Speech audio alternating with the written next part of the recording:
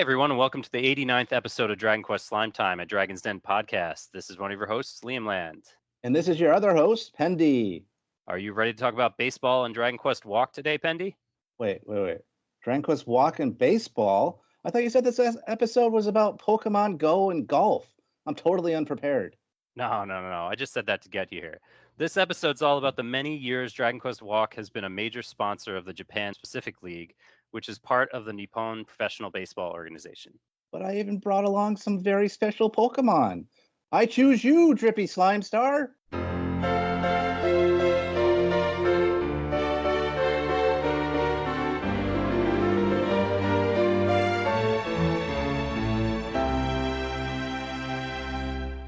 You think it would be very uncomfortable in that little Pokeball, but it's surprisingly roomy. All right, at least you did something right, Pendy. For this episode, we welcome back baseball expert extraordinaire DrippySlimeStar.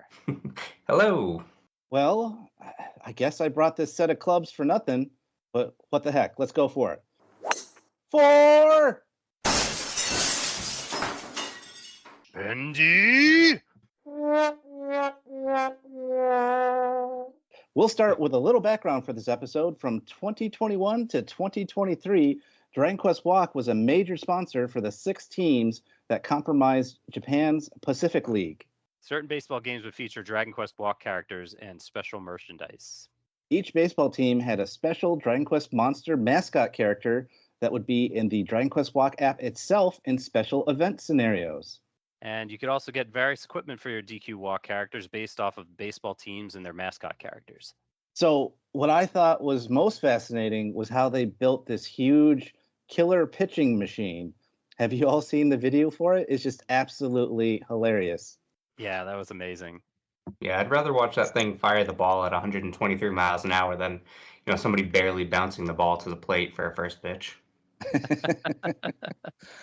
I've noticed that Japan will do other promotions where they have interesting characters do first pitches.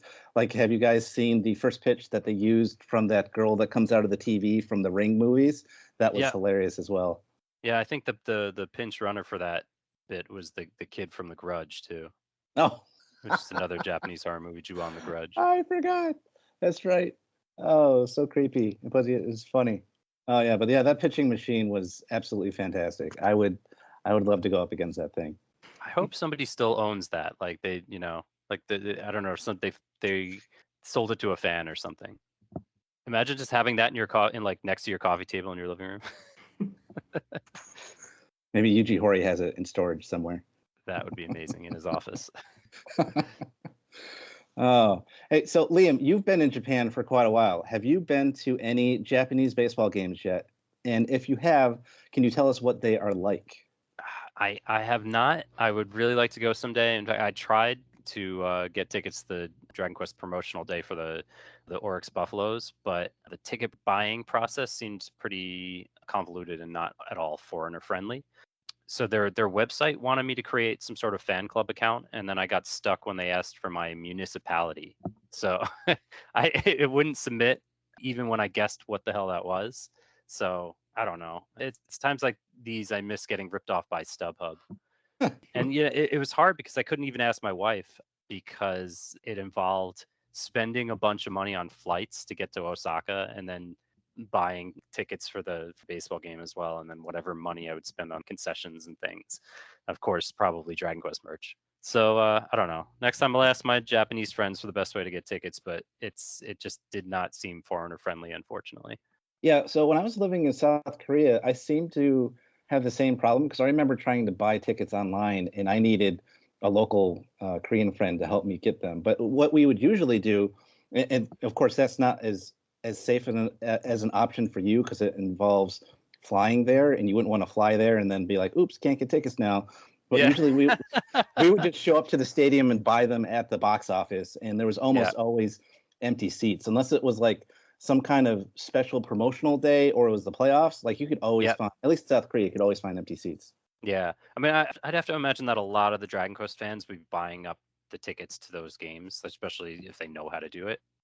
But then again, you never know. You might luck out. We lucked out. We got the Dragon Quest Hotel on Dragon Quest Day, and we didn't expect that at all. So that's right. Yeah, we thought there's no way we're going to get that, but we did. It was great. Yeah.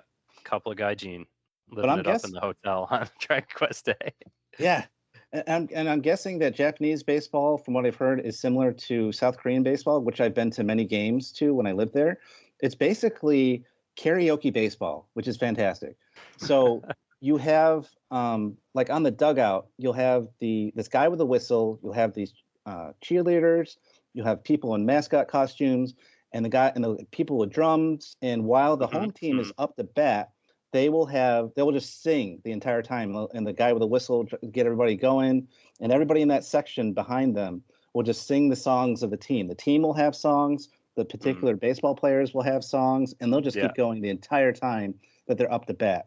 Now, and then they'll be quiet when the opposition is up to bat. But because South Korea is so small, usually they would travel well, so you'd have fans on the other side of the stadium, and they would bring their cheerleaders with them, and they would do the same thing when their players are up to bat. So it's just constant, just people singing and laughing and having a good time. So I loved going to Korean baseball games. It was so entertaining. That's interesting. They're silent when the opposing team is up. They're not trying to break their concentration or anything. Yeah, is that a respect thing, or is it just we don't have any songs to sing about you, so we'll just be quiet now? That's probably more to do with it. Like, we don't want to sing about the enemy, but right. I don't know. Okay. They're not like, hey, better or any of that stuff. Right. Yeah. That was us. Thing. We'd be chanting, distracting things at them. Yeah. It's funny. In Japan, I love the repetitive noise-making cheering squads. It's just such a dedication to chanting. We were looking at some of the YouTube videos of Japanese baseball. I remember this from the Japan World Classic. The constant chanting, playing music, and noise making at the games. And it's not like they do a chant and they stop. No, like they're chanting the entire game from start to finish. And they bring trumpets, which is hilarious. The batter's up to bat, and there's trumpets blasting in the background, the same song over and over again. Can you imagine trying to walk into a stadium in the US and carrying a trumpet? All you can do now is drums. Down in Miami, they approve drums and noisemakers. So. Oh, really? That was just this season, because part of that World Baseball Classic, the final round was in Miami, and there was I think it was like Mexico was in like the semifinals or whatever, and their fans like all came out with like drums and just like music and stuff like that. So they're like, yeah, this was a great environment. Like, let's do that. But I never heard of a trumpet out in Center or anything. Like, imagine walking into like Fenway Park or Yankee Stadium with a trumpet and security somehow not stopping you. And even if you did get in, you'd be blasting a trumpet and you get your ass kicked multiple times with everybody around you.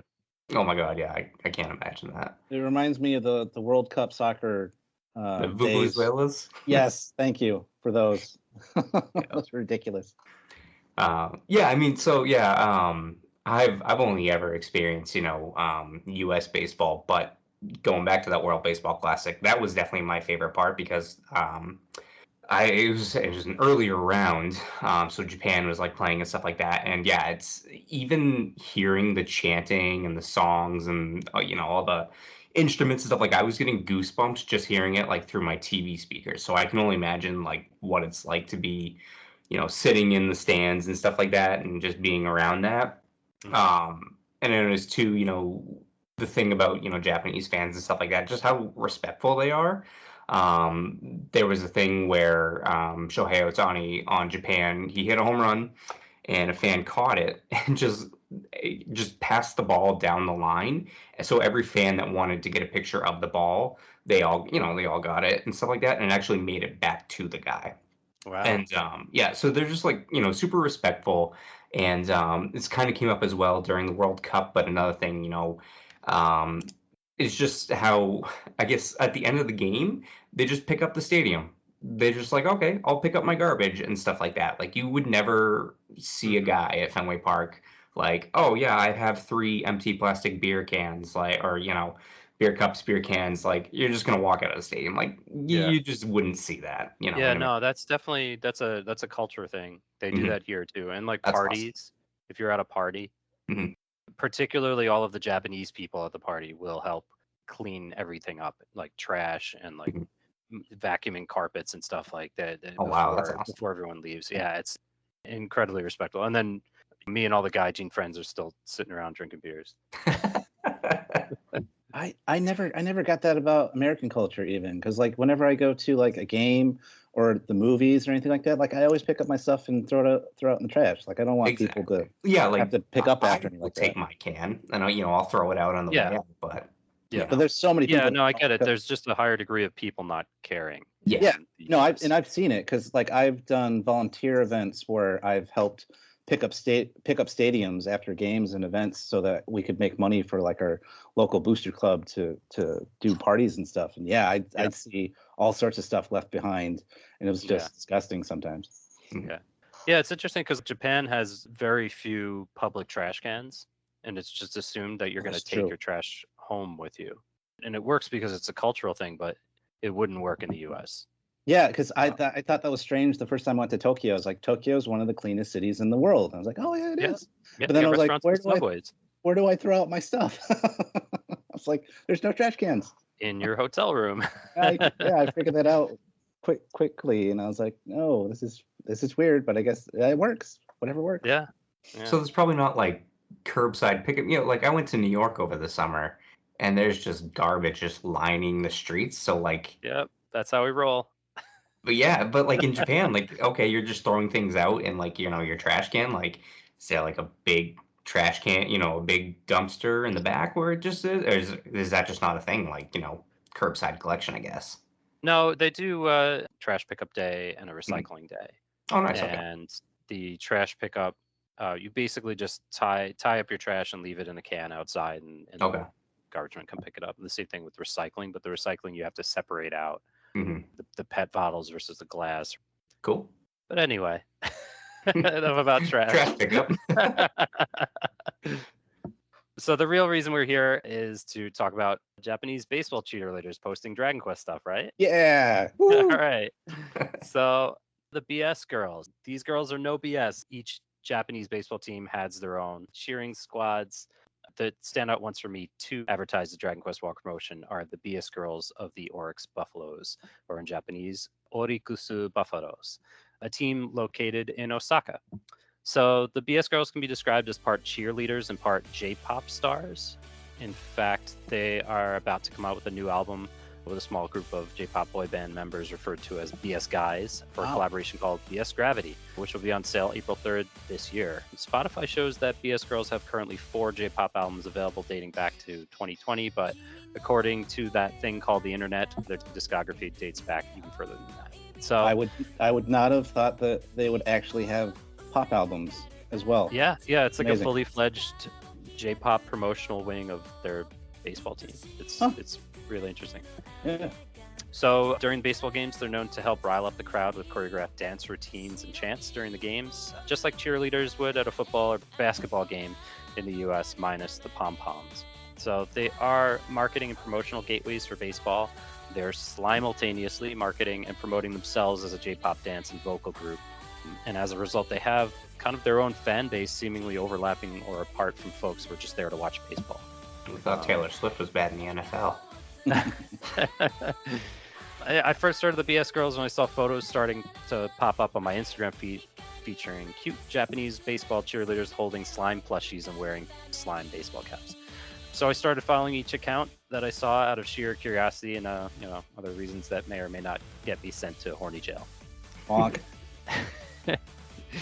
Anyway, so during the Dragon Quest Walk promotion, the BsGirls would be seen on the field doing J-pop dance routines with the Orix Buffaloes mascot and a professional cosplayer dressed as Kandar or Robbin Oods. Oh my God, I've seen some of those videos, and there's like one where there's like 3 of them. Yes, I was going to mention that too. That's great. They're all doing dance routines, choreographed as Robbin Oods. It's hilarious. So in 2014, the formation of BsGirls made it Baseball World's first dance and vocal unit. Auditions are held between November and December each year for new members and existing members wanting to continue, and then the fan voting was held for the first time last year with final judgments based on the results. So each member of the squad's given an actual number like the players, and then among several different outfits that they wear, they have baseball jerseys with their names on them like the actual players. In fact, they're often referred to as their first name followed by their number, most likely due to the turnover, which would see several of the same girls with the same name causing the need to differentiate by those numbers. For example, Maho370 left the team in 2022, and another cheerleader named Maho379 joined last year. From observations, the BsGirls, similar to J-pop stars in those larger groups like AKB48, they'll rotate or graduate off the team when their time's up. This might be due to age, performance, or failure when re-auditioning, or just general job turnover. I'm not really sure. But one thing I noticed is that when this happens, their personal promotional Instagram accounts are completely wiped. They're just deleted. And all of the past... Yeah, it's super weird. All the past content posted by those who left the squad, including the Dragon Quest promotional photos, is just erased. And as a result, I started backing up screenshots of the Dragon Quest promotions, which you'll be seeing in the YouTube version. So whenever I saw those pop up on the feed, I just take a screenshot and collect it for when we eventually did this podcast. But also just, because it's going to be erased from history, and it's a cool little Dragon Quest promotional thing that we should save and archive. So yeah, I like it. Yeah, they're like an idol group. That's fascinating. Yep. And I'm guessing that's exactly what they are. Yeah, and I'm guessing they get erased so that they can't try and come back years later and be like, oh, I should get paid for residuals or something. I don't know. That's the only thing I can think of. I don't know. Yeah, I'm really not sure. Maybe it's a contractual thing that once their time with the squad is up, they're done. Yeah, because are their Instagram it wouldn't be their like a personal Instagram account, No, right? it's professionally run, so it's not necessarily them posting all the photos. Yeah, it's like it's coming from like the professional Buffaloes account and whatnot. Mm-hmm. So I was able to look at some of them myself, but yeah, that's probably what it is. It's probably some money thing where they don't want to have to like pay them years down the road, be like, oh, well, you're still using my likeness for your team, and I should get paid for this, and so on and so forth. That's a good point. Yeah, that's probably why they do that, to avoid anybody from trying to claim that. But man, so in a promotional image, you can see each of the 6 teams are represented by 6 Dragon Quest monsters, as we mentioned before. Now, who they are specifically, they are the Marquis de Leon, the Gold Golem, Barbados, a Slime Knight, and Imp in a Restless Armor. Now, based off that alone, who is your favorite team and why? I'll go first. So, just based on design, I would say, and I'm gonna need some help with these names. So the Rakuten Eagles. I'm personally not a huge fan of the golem design, like overall, but the specific gold golem that they use in this one just looks really good. Combined with the nice red of the uniform and everything like that. And in the promotional picture, his pose is just perfect. Like he's swinging a bat and stuff like that. It looks like he's making good contact. It just really fits. Just if I could, a quick aside, if I had to pick a team based on my favorite Japanese players, I would pick the Yomiuri Giants. Does that sound about right, Liam or Pendy? Yomiuri. Okay, thank you. I'm gonna say the Giants because Hideki Okajima played for them, and he was my favorite, so he was drafted by them. And he got traded, I guess, to the Ham Fighters, I think, is what I saw. That's but Otani's honorable mentions also go to the Cebu Lions. Does that sound correct? Seibu. Okay, thank you. The Lions for Daisuke Matsuzaka, who was actually a Dragon Quest fan. That's awesome. I didn't know that. Somebody made fan art of him one time, kind of in a Dragon Quest style, and I believe he was like pitching a slime, and he retweeted it. So I was like, oh my god, like one of my favorite players is actually a Dragon Quest fan. Like that's so cool. That's cool. Yeah, and then last would be the Orix Blue Waves for Ichiro Suzuki. I think Ichiro is probably one of the most famous, Japanese players. Really took the world, or the MLB by storm in like 2001. Came into the league. He won Rookie of the Year and MVP, and he played for the Mariners. So there was a big, Japanese connection there. Nintendo is, I think, partially owns them still. So if you watch Mariner games, you will likely see ads for the latest Nintendo game or the Nintendo console. So cool. Yeah. So Orix owns 2 teams, the Blue Wave and the Buffaloes. The names all have corporate sponsorship in them, like Nippon Ham, the Nippon Ham Fighters, they give you the region, the company name, and then the team name, and that's the full like Gotcha. formal name of the team. So yeah, it's interesting. Orix as a company owns, it looks like 2 teams. Yeah. Do you know what Uh, Orix does? Looks so Yeah, they were financial investment.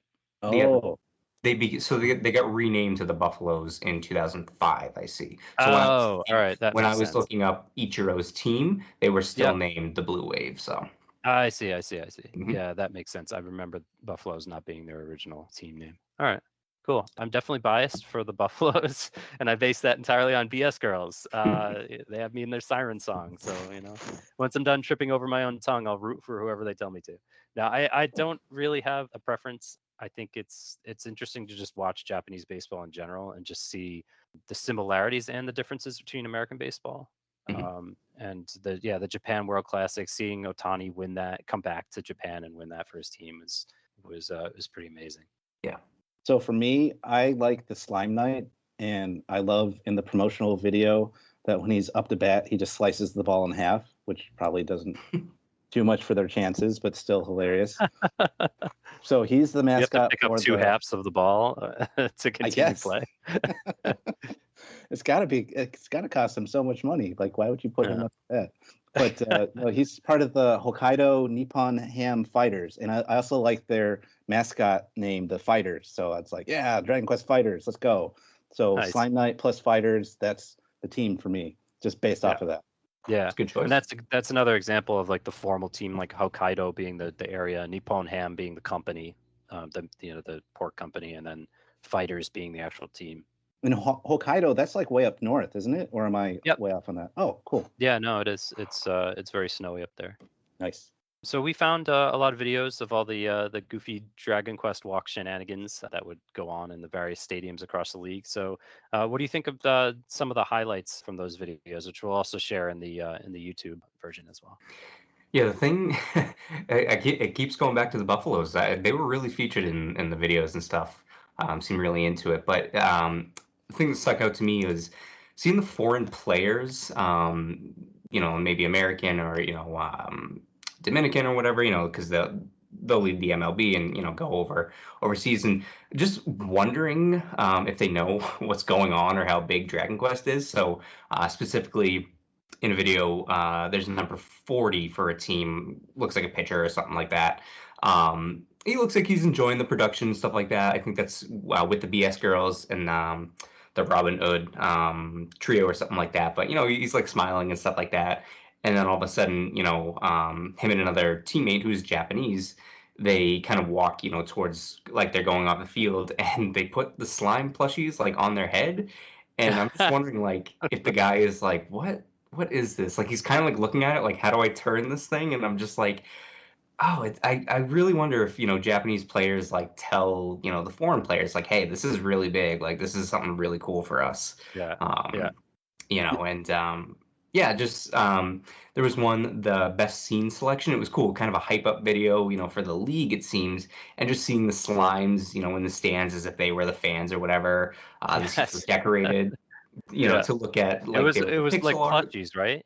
What's that? They prop the plushies up Yep. in the Yes. Yep. All stands. the That's plushies amazing. are sitting out in like center field or something like that. It was really funny.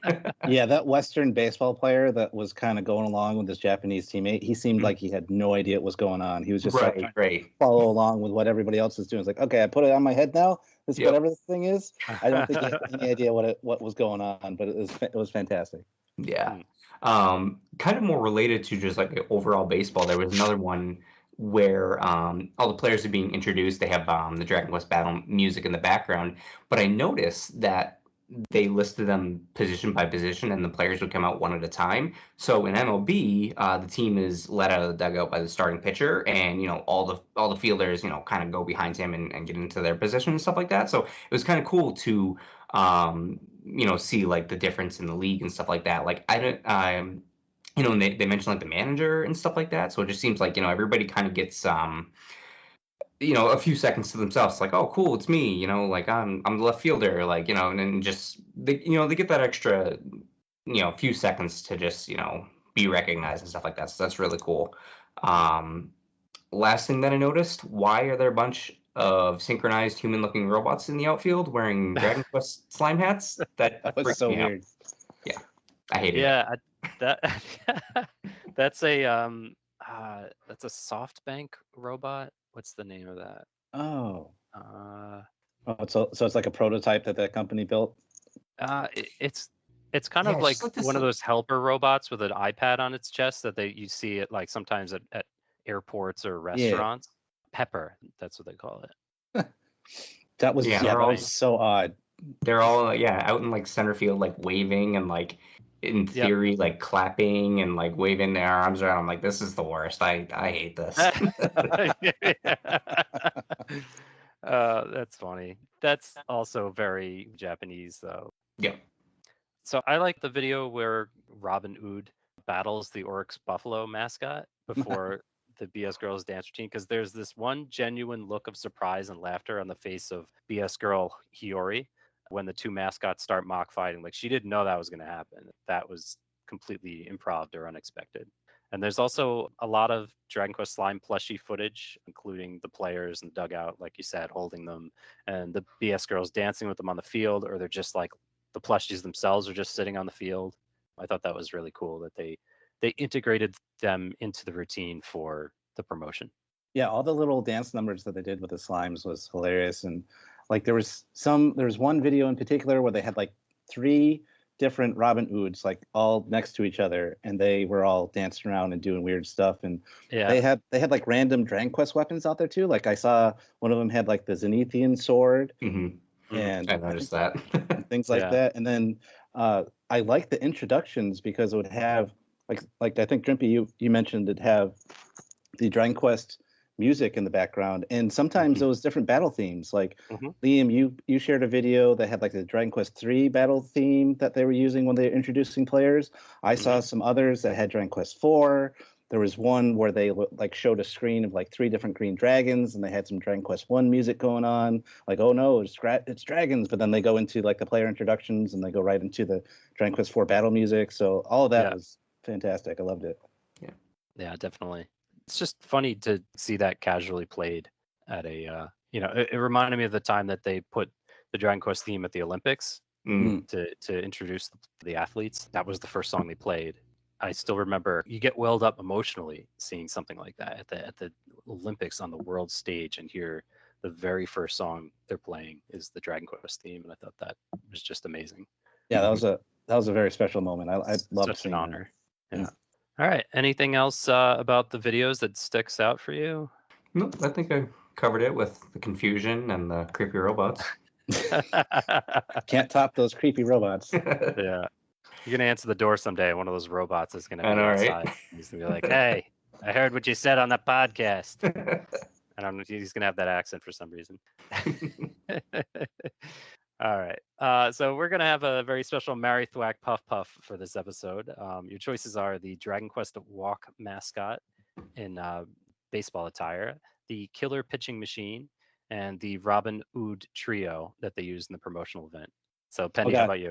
Oh God! And I'm the one that came up with this one, so now I gotta figure out what I'm. Yeah, you gotta answer for it first. I'm gonna say that right off the bat, the Puff Puff is gonna be with the Robbin Ood trio because that's just gonna be 3 times the fun with a bunch of Robbin Oods. So that'll be Plus interesting. they have the pecs, right? Yeah, exactly. I would say back to DP3. The Dragon Quest Walk mascot in his little cute baseball attire is going to be who I marry. It seems like he's the slime that I can bring home to mother, and I'll be okay, and he'll treat me well. The Killer Pitching Machine, I feel like he would just murder me someday, so I would whack him for sure. All right, how about you, Drippy? Yeah, so I'd also marry the mascot. We can go on long walks together, maybe catch a game every now and then. I feel like we'd have a lot in common. I like baseball, not so much walking, but maybe he can change it up for me. The Thwack is absolutely going to be the Robin Hood trio because anytime I see cosplay of that, I'm immediately freaked out, and no exception for those guys. It's the pecs, like we had just mentioned. Nobody should be that muscular. Which leaves the Puff Puff for the Killing Machine. He just did such a great job with that first pitch. I really just think he deserves a nice, Puff Puff reward. All right, so you're giving in that case because getting a Puff Puff from a robot does not sound enticing. Oh no, yeah, no. I would take a hit for that, and I would give. Yes. Okay. Interesting. Just a couple of minutes ago, you were saying how creepy the robots are. That's true. Yeah, but yeah, I really like puff the killing machine. All right, so I'm gonna have to agree with Pendy on this. That Robbin Ood, I think, is the puff, getting a trio of Robbin Ood puffs. God, I like the killer pitching machine. I wouldn't want to thwack it, but the concept of getting married to a slime seems pretty enticing too. So I'm gonna have to go with thwack the killer pitching machine. But we'll always have the memories of how awesome you were, and then marry the DQ walk slime. He can be rebuilt. Yes. Oh, before we end the episode, I just want to say to everybody out in the audience, if you get a chance to go to Japan and go to South Korea during the baseball season and go see a game, do it. It is such a fantastic time. It seems like Japanese baseball games are very similar to South Korean baseball games, which I've experienced. It's just a big party, and it's fantastic, and I highly recommend it. Yeah, I mean, it looks really amazing from the YouTube videos. The just question is, how do you get the tickets? Yeah, just making sure maybe if you have a friend in Japan, or if you go to the stadium in advance and try to get tickets that way while you're there, it's probably going to be your best bet. I would agree. Well, that's it for this episode of Slime Time. Special thanks to guest DrippySlimeStar. Yeah, thank you for having me. It's kind of like the perfect episode for me to be on, because two of my favorite things are baseball and Dragon Quest. So, Liam, I know that you and I had chatted about what it would take to get me out there for the World Baseball Classic, and obviously couldn't make that work. But if I ever do get Japan, I would make sure that it would be during the baseball season, so I could try to get to a game. Yeah, just let me know, and we'll try to figure it out. I'll get somebody to help us with the tickets, and yeah, I'll fly up. Awesome, that'd be awesome. Fantastic. We're a non-profit podcast. We won't strike out with your hard-earned gold when we can offer you quality content for free. But if you do have some I like extra, how the puns are changing. Oh yes, oh yes. But if you do have some extra gold that's just completely burning a hole in your baseball glove, batting cage, or jockstrap, and you would like to donate anything to a website that's been supporting Dragon Quest fans for over 25 years, stop by the Dragon's Den by clicking the link in the show notes. There are several ways to support the Den, including the affiliate links that don't cost you anything extra when making other Dragon Quest purchases. And we even have a Slime Time t-shirt that was designed by our resident artist, Dwayne. So see the link in the show notes for that. You can direct comments or questions for the podcast on Twitter and Instagram at DQ Slime Time, and join in tons of Dragon Quest discussions at the Dragon's Den forums or Discord and the Dragon Questers Facebook group. Please like, subscribe, and write a review for the podcast. Special thanks to Amanda Lepre and the Descendants of Erdrick for use of their music. Dragon Quest Slime Time, sliming off.